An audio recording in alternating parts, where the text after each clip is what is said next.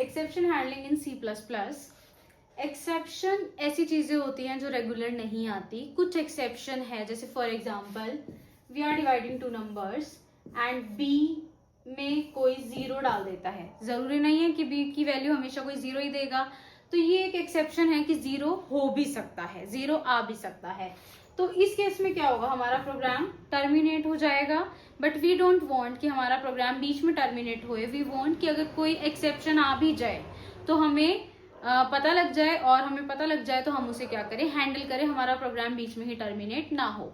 तो उसके लिए C++ में हमारे पास रहता है try, throw and catch.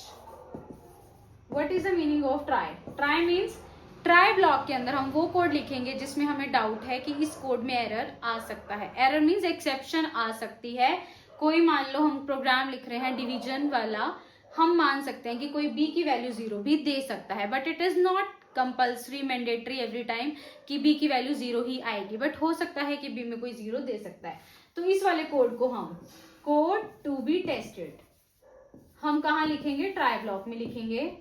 Throw में हम वो डालेंगे कि अगर ट्राई में एक्सेप्शन आ गई तो वो कुछ चीज थ्रो कर दे, और थ्रो कहाँ कर दे, कैच के पास। और कैच में हम वो काम कराएंगे, अगर एक्सेप्शन आ गई तो उसे रिजॉल्व कैसे करना है, कुछ प्रिंट कराना है, यूजर को बताना है कि एक्सेप्शन अकर्ड या कुछ भी, तो हम कैच में वो वाला कोड लिखेंगे, कोड टू रिजॉल्व द